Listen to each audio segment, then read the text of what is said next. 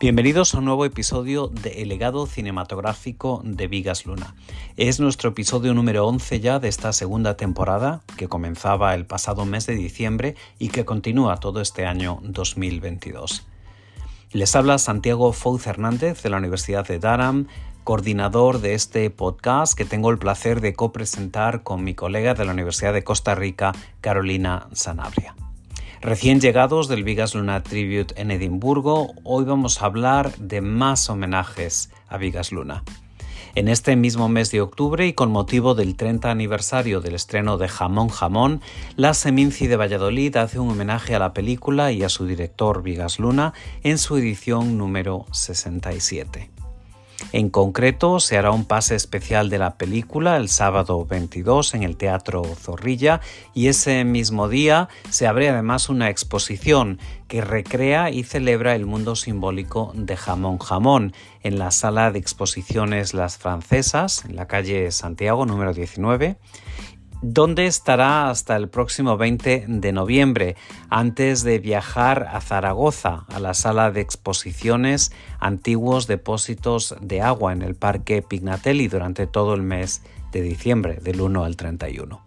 Para marcar la ocasión, en este podcast hoy tenemos la oportunidad de hablar con dos de las personas involucradas en este homenaje.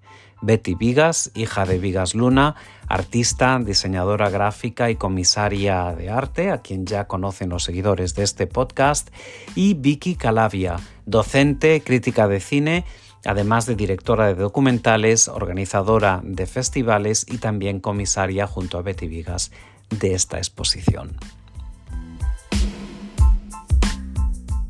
Muchas gracias por aceptar la invitación a este podcast para hablar del esperado homenaje a Bigas Luna en la Seminci. Antes de nada, me gustaría lanzaros una pregunta y es ¿de dónde surgió esta fantástica idea de hacer un homenaje a Bigas Luna y en concreto a su película Jamón Jamón, de la que celebramos este año 30 años?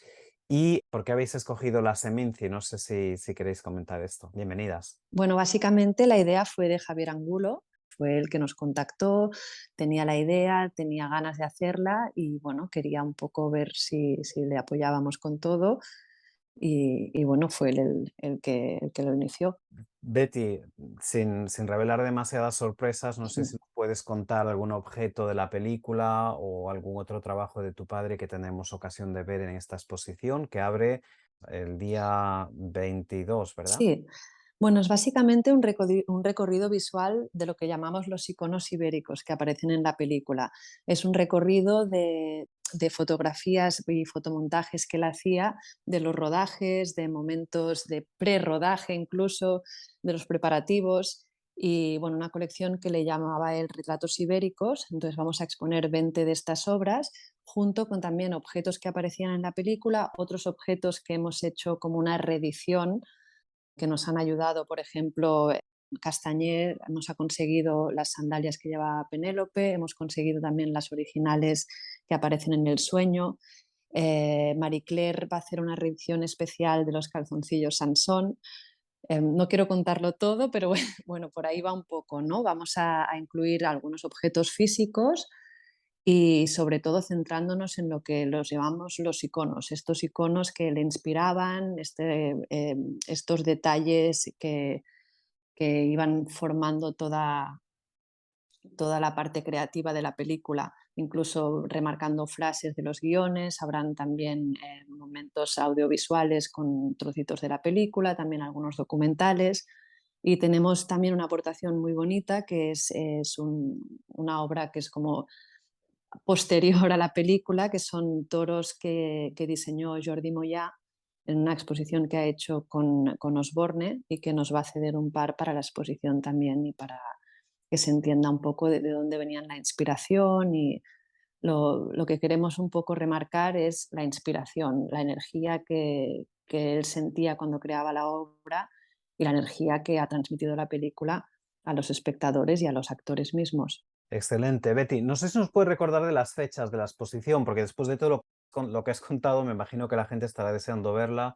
No sé hasta cuándo está la exposición en la Sala Las Francesas, ¿verdad? En Valladolid. Sí, se inaugura en Valladolid el día 22 de este mes, luego la llevamos a Zaragoza a la sala del depósito de las aguas, que la vamos a hacer en el Ayuntamiento de Zaragoza y va a estar hasta el 1 de enero. Muy bien, fantástico. Pues quería preguntar un poco a Vicky, también como una de las comisarias de la exposición. Pues quizás los oyentes de este podcast no sepan muy bien cómo es el proceso de preparación, investigación, producción de un show de estas características, tan ambicioso en realidad. Y no sé si nos podrías explicar con un poco más de detalle cómo se llega de la idea de hacer esta exposición al resultado final que vamos a ver en Las Francesas en Valladolid. Bueno, encantada, Santiago, un placer estar aquí con vosotros. La idea se fraguó en realidad a finales del año pasado. Eh, Invité a Javier Angulo a un festival que organizó en Zaragoza de cortometrajes como jurado. Estuvimos hablando de que eran los 30 años de Jamón Jamón y de que él iba a reeditar un libro fantástico que había realizado sobre la película. A partir de ahí, pues Javier nos convocó a Celia Oroz, convocó a Betty, me convocó a mí para promover, ¿no?, una exposición alrededor de este hito. El proceso fue complejo porque al principio la exposición iba a tratar el mundo Vigas completo. Vigas era un autor polifacético, no solo cineasta, sino que bueno, tocaba todo tipo de artes plásticas.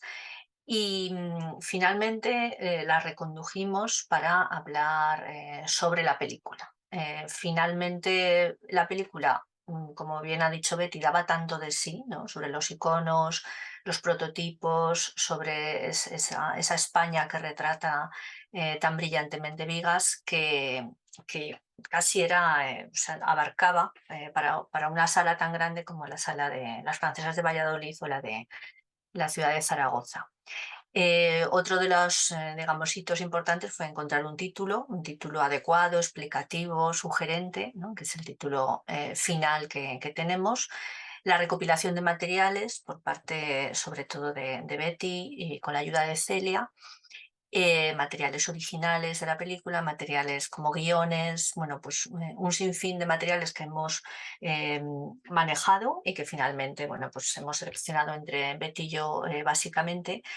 Y bueno, pues, ¿qué requiere una exposición? Bueno, pues tramitar todos los derechos, los permisos, desde el cuadro de Goya que se podrá ver, con el permiso del Museo del Prado, a todos los derechos audiovisuales de la propia película y de otros audiovisuales que salen, los derechos de los objetos, etcétera, ¿no?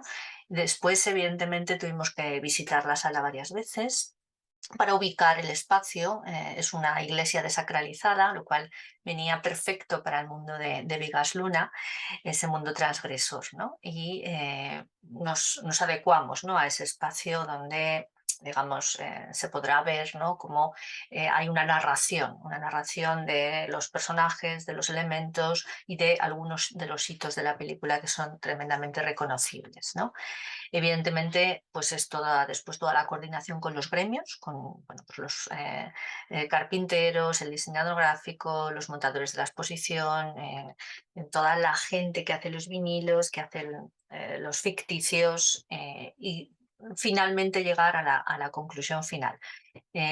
Trasladarlo todo eso a un diseño expositivo, a un diseño gráfico. Bueno, pues es un proceso realmente complejo, pero yo creo que finalmente pues estamos muy satisfechas, muy satisfechos del resultado que veréis. Muchas gracias por toda esa información, Vicky. En realidad, meses de trabajo y muchísimo conocimiento que ha venido de diversas fuentes, como estás comentando. De esto te preguntaré en un momento, pero antes me pregunto si tienes alguna anécdota divertida, tal vez, o algún ejemplo de algo especialmente costoso y tal vez algo que te haya dado especial satisfacción conseguir, algún objeto fetiche que tengas en la exposición. Bueno, a mí me hace especial ilusión la relación precisamente de Vigas Luna con Zaragoza, que en Zaragoza se plasmara de una forma más clara, digamos, pero que ya está presente en Valladolid a través precisamente de ese cuadro del duelo a garrotazos de Goya, ¿no? Que se recrea pues, al final de Jamón Jamón. Pues conseguir los permisos y todo el trámite con el Museo del Prado a mí me hizo especial ilusión, tengo que reconocer esa parte, ¿no?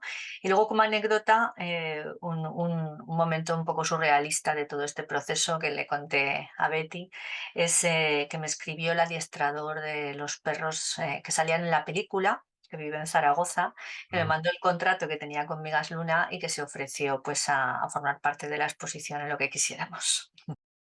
qué interesante. La verdad es que, bueno, es todo un mundo jamón, jamón, ¿no? Y bueno, Betty sabe bien que ha estado llevando la película por el mundo y yo he tenido la suerte de también formar parte de esa experiencia y cómo reaccionan las audiencias internacionales en realidad ante todos estos objetos y símbolos, ¿no? Del mundo de Bigas Luna, en concreto de esa trilogía de retratos ibéricos y de esta película Jamón Jamón. O sea que una película importantísima en la historia del cine español, una gran idea esta exposición. Quería preguntarte también, Vicky, tú tienes una carrera muy extensa, tanto en el mundo del cine como docente, también crítica de cine, documentalista, organizadora de festivales. Me imagino que toda esta experiencia te ha dado una visión única del mundo simbólico y visual del que estabas hablando, de Jamón Jamón, que ha sido una gran inspiración, ¿no? A la hora de trabajar en este show. Hablabas ahora de Goya, no sé si hay alguna otra inspiración, algún otro tema que te haya parecido especialmente interesante. Bueno, todos los personajes forman parte de esos arquetipos, ¿no? La madre, el padre, las relaciones edípicas con los hijos o con los amantes, ¿no? Esas relaciones cruzadas, ese triángulo de relaciones cruzadas que es la base de la película, que yo ya había alguna vez explicado precisamente en clase, ¿no? En las clases de cine, y que me parece que es brillante por parte de Vigas y que es la base de por donde se desarrolla la película, ¿no? Esa trama, esas relaciones triangulares dobles. Por lo demás, visualmente la película tiene unos colores y una simbología muy ricos por un lado y por otro muy potentes, muy brillantes y muy relacionados también con ciertos tópicos españoles que han existido y siguen existiendo y que reconocemos rápidamente. Desde pues, el toro de Osborne hasta toda la gastronomía o todos los comportamientos también, que en este momento los vemos de otra manera, pero que en esa España de entonces era algo muy usual, ¿no? Comportamientos de hombres hacia mujeres y viceversa, ¿no? Entonces, entender el contexto, entender el momento en el que lo cuenta Vigas y precisamente contextualizarlo, ¿no? Con esa mirada de ese momento y hacer una revisión a día de hoy es, digamos, algo que me ha parecido fascinante. Betty, ¿cuál es tu escena, momento, imagen favorita de Jamón Jamón y por qué?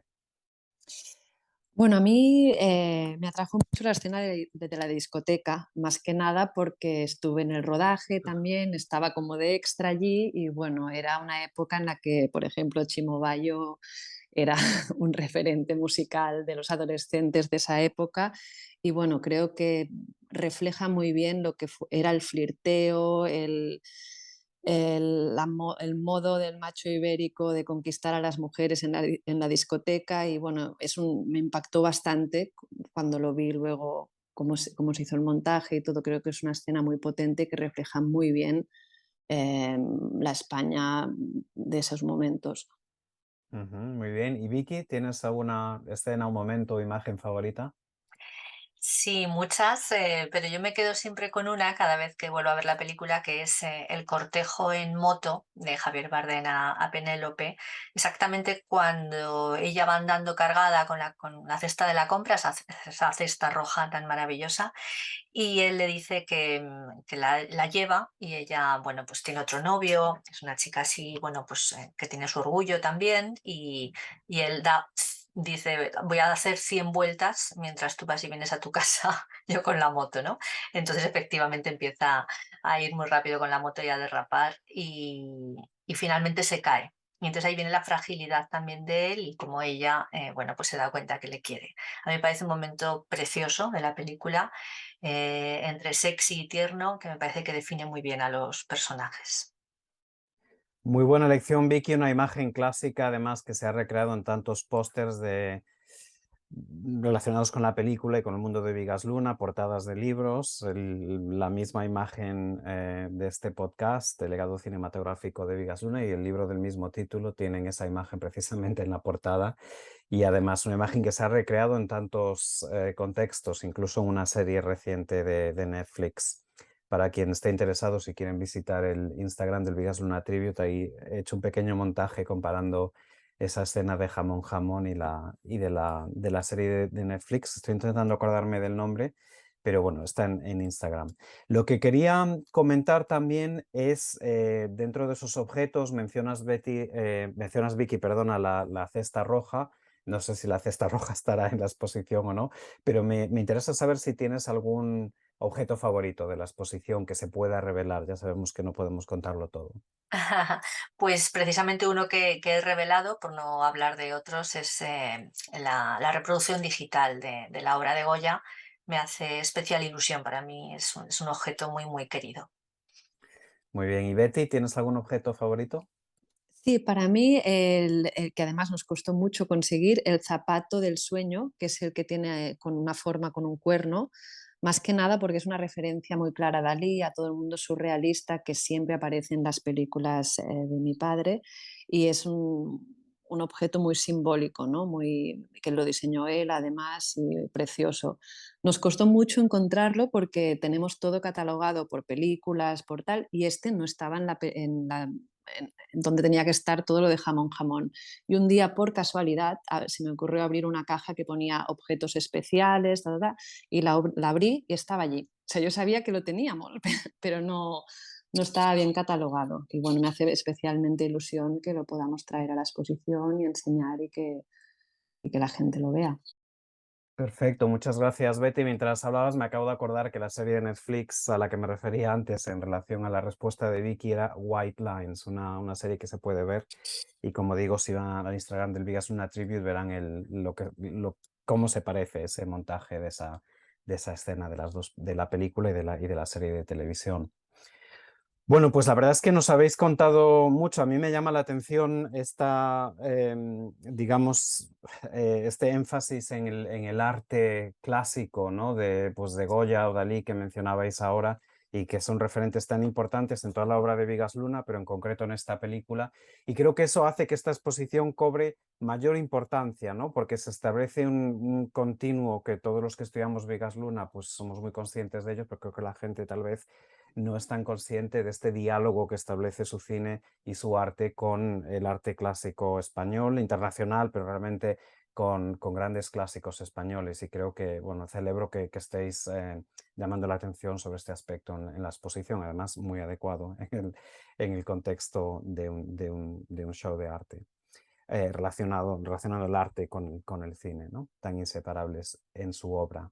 Bueno, pues ya para despedir, porque soy consciente de que estáis todavía ocupados con los últimos preparativos de la exposición, me gustaría que me dijeseis un poquito con qué estáis trabajando ahora. Cuando pase esta exposición, que me imagino que ha ocupado gran parte de vuestro tiempo, ¿cuál es el próximo proyecto? Aunque no tenga que ver con Vigas Luna. Si tiene que ver con Vigas Luna, mejor todavía. Bueno, en mi caso, yo estoy organizando la segunda edición de NFT Barcelona, que es una exposición de arte y de NFTs. Bueno, vinculamos el arte con los NFTs. Y en esta exposición sí que vamos a exponer por segunda vez algunas obras de Vigas, que en este caso seguramente van a ser NFTs de cosas en referencia a la película Reborn. Por otro lado, también estamos organizando contigo en Los Ángeles otro pase de la trilogía ibérica. Ujú. También estoy comisariando para el DRAPART, que es el Festival de Arte y Sostenibilidad de Cataluña, que en noviembre inauguramos también una exposición de arte reciclado. Y estoy con una residencia de artística en Tarragona para promocionar artistas locales y bueno, dar un poco la posibilidad de que creen obra en conjunto en ese espacio. Muy bien, muchas gracias, Betty. Me vas a permitir, ya que mencionas el Vigas Luna Tribute en Los Ángeles, dar una pequeña primicia para los y las oyentes de este podcast, que será del 17 al 25 de marzo del año 2023. Ya está todo confirmado. Además, en grandes salas como son Los Feliz en Hollywood y el Aero Cinema en Santa Mónica, ambos parte de la Cineteca Americana. Y además la retrospectiva incluirá, como dices, la trilogía ibérica, pero además otras películas, por ejemplo, Angustia. Así que con muchísima ilusión de compartir esta nueva retrospectiva. Vicky, no sé cuáles son tus proyectos, los que tienes entre manos ahora mismo.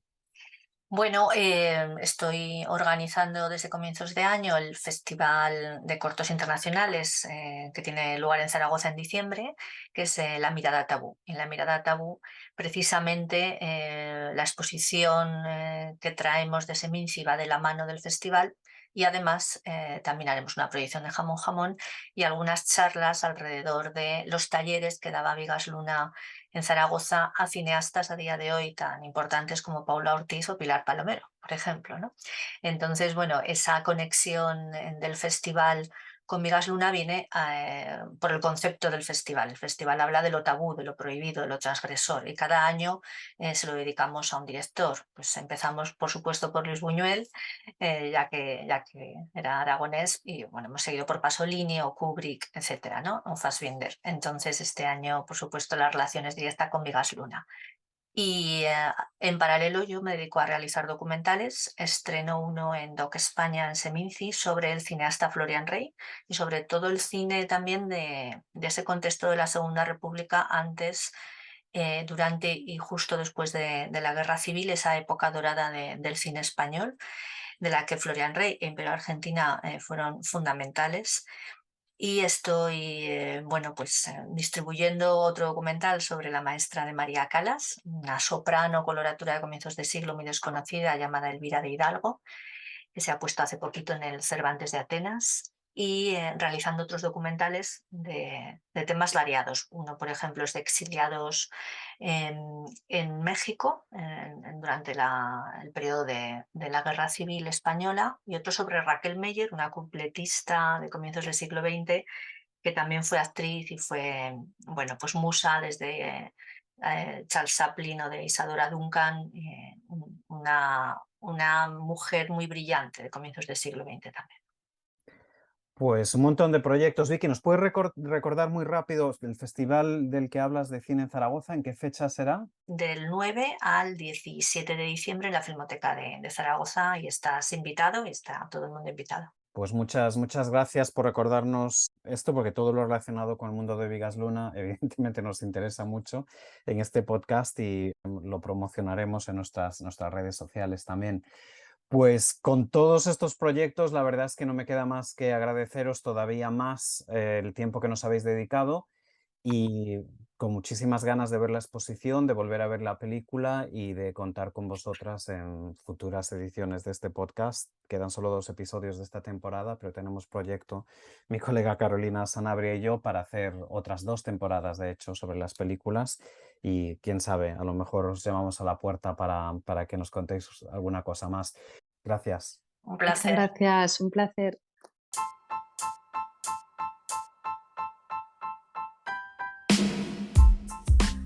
Pues así llegamos al final de otro episodio de El legado cinematográfico de Vigas Luna, nuestro episodio 11 ya de esta segunda temporada. Continuamos el mes que viene y regresa Carolina Sanabria con una larga, detallada y fascinante entrevista con el autor de uno de los primeros libros publicados sobre Vigas Luna en el año 1989, Mirada al Món de Vigas Luna. Con su autor Ramón Espelt hablará Carolina Sanabria de ese libro y de otros proyectos, y como no, de Vigas Luna, más en general. El podcast se compartirá a mediados del próximo mes de noviembre. Entre tanto, les invitamos a ver esa exposición 30 años de Jamón Jamón, de la que pueden disfrutar en la sala Las Francesas en Valladolid hasta el próximo 20 de noviembre y si no más adelante durante todo el mes de diciembre, como decíamos, en Zaragoza. Un saludo muy cordial y hasta el próximo episodio de nuestro podcast.